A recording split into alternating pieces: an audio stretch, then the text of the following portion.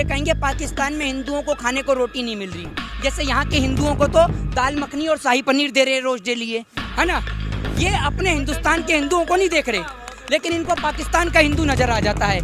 जब भाजपा के नेता वोट मांगने के लिए घर घर आएंगे तो अब की बार इनका स्वागत फूल की माला से नहीं, उत्तर प्रदेश की तमाम जनता, उत्तर प्रदेश के किसान एक जूते की माला तैयार करके रखेंगे। और जैसे ही आएंगे बीजेपी के नेता पाएंगे योगी आदित्यनाथ की तो कुर्सी जाने वाली है, लेकिन प्रधानमंत्री मोदी जी बिना ग्लिसरीन लगाए रो जाते हैं, हर जगह रो जाते हैं। और ये इनकी पुरानी नौटंकी है।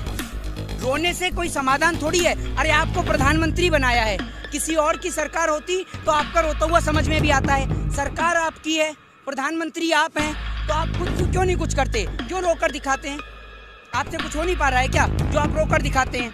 एक चाय वाले से बेहतर इस देश का किसान कुर्सी को चला सकता है और देश को चला सकता है। और देश को यूपी के अंदर एक मुद्दा बहुत गरमाया हुआ है, धर्म परिवर्तन लेकर। लगभग 1000 परिवारों का धर्म परिवर्तन किया जा रहा है।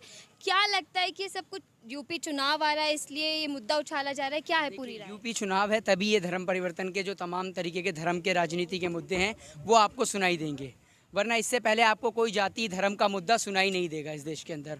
अभी आप देख लीजिए, यूपी चुनाव से पहले कोई धर्म परिवर्तन का मुद्दा नहीं था, कोई जाति का मुद्दा नहीं था, लेकिन जैसे जैसे चुनाव करीब आ रहा है आपको धर्म का मुद्दा भी दिखाई देगा, हिंदू और मुस्लिम का भी मुद्दा सुनाई देगा, कास्ट, रिलीजियन, जाति और धर्म तमाम मुद्दे आपको सुनाई देंगे। 4 साल से सत्ता में योगी आदित्यनाथ जी भूल गए थे, वो उनको अभी याद आया, क्योंकि उनको पता है कि वोट मिलना है नहीं, वोट किस नाम पे हासिल करें। तो उसी लिए उन्होंने एक ये प्रोपोगंडा तैयार, और वो प्रोपोगंडा है इनका अब की बार ये इस तरीके से ये हिंदू और मुस्लिम करके जैसे भी करके वोट को हासिल करेंगे।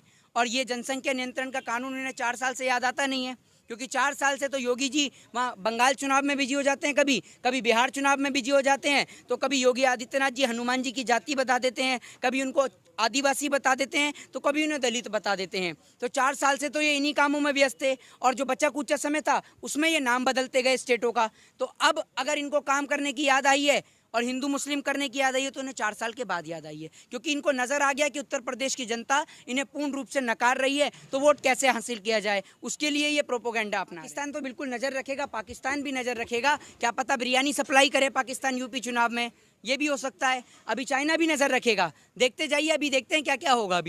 अभी चुनाव नजदीक आ रहे हैं। आप अक्षरधाम मंदिर पे हमला, उरी हमला, पठानकोट हमला, संसद पे हमला, इनकी डेट मिलाइए और चुनाव की तारीख मिलाइए। देश इस बात से ही परेशान है कि इस देश में चुनाव के समय पे ही क्यों हमले होते हैं, चुनाव के समय पे ही क्यों आतंकवादी घटनाएं होती हैं, ना उससे पहले होती हैं ना उसके बाद में होती हैं, चुनाव के समय पे ही होती हैं। आखिर ऐसा क्यों?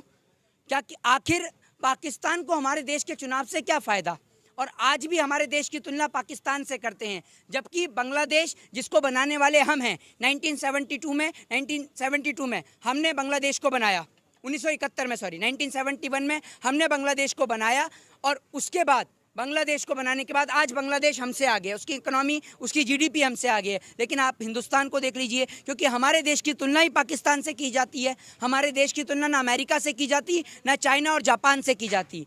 98% की आबादी वाला इजराइल और 133 करोड़ की आबादी वाला हिंदुस्तान, 133 करोड़ की आबादी वाला हिंदुस्तान आज आपको पता है किससे हथियार खरीदता है?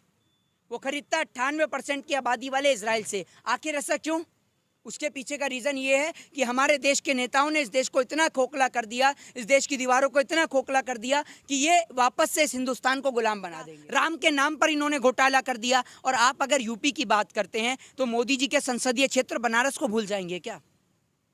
आज मोदी जी के संसदीय क्षेत्र अगर बनारस आपको जाना है तो आपको उसके लिए गाड़ी की ज़रूरत नहीं है, बाइक की ज़रूरत नहीं है, आपको तैर के जाना पड़ेगा, क्योंकि वहाँ पर 4 बाल्टी पानी की गिर जाए तो बाढ़ आ जाती है। अभी आपने देखा पूर्व आईएएस ने वहाँ पर उत्तर प्रदेश के मुख्यमंत्री को लेकर तंज कसा है कि आप इंद्रदेव के ऊपर मुकदमा कर दें, क्योंकि इस देश की सरकार जो है वो लगातार बात करती है हिंदू मुस्लिम पर, वो बात करती है जाति और धर्म पर, और इनके पास ना कोई मुद्दा बचा था और ना वोट किस नाम पर मिलेगा। मांगिए किसान के नाम पर वोट, मांगिए शिक्षा के नाम पर वोट, मांगिए स्वास्थ्य के नाम पर वोट, मांगिए बेरोजगारी के नाम पर वोट, देखिए आपको मिलेगा या नहीं मिलेगा। एक बार कह के देखिए बीजेपी से किसी भी राज्य में चुनाव लड़ ले शिक्षा, स्वास्थ्य और बेरोजगारी के नाम पर, अगर इनके कैंडिडेटों की जमानत ना जब्त हो जाए ना तो आप नाम लिख के ले लीजिएगा मुझसे। और आपको बता दूं कि इस बार उत्तर प्रदेश के अंदर कोई हंगामा नहीं होगा, कोई शोरगुल नहीं होगा, जब भाजपा के नेता वोट मांगने के लिए घर घर आएंगे तो अब की बार इनका स्वागत फूल की माला से नहीं, उत्तर प्रदेश की तमाम जनता, उत्तर प्रदेश के किसान एक जूते की माला तैयार करके रखेंगे और जैसे ही आएंगे बीजेपी के नेता कुछ नहीं करने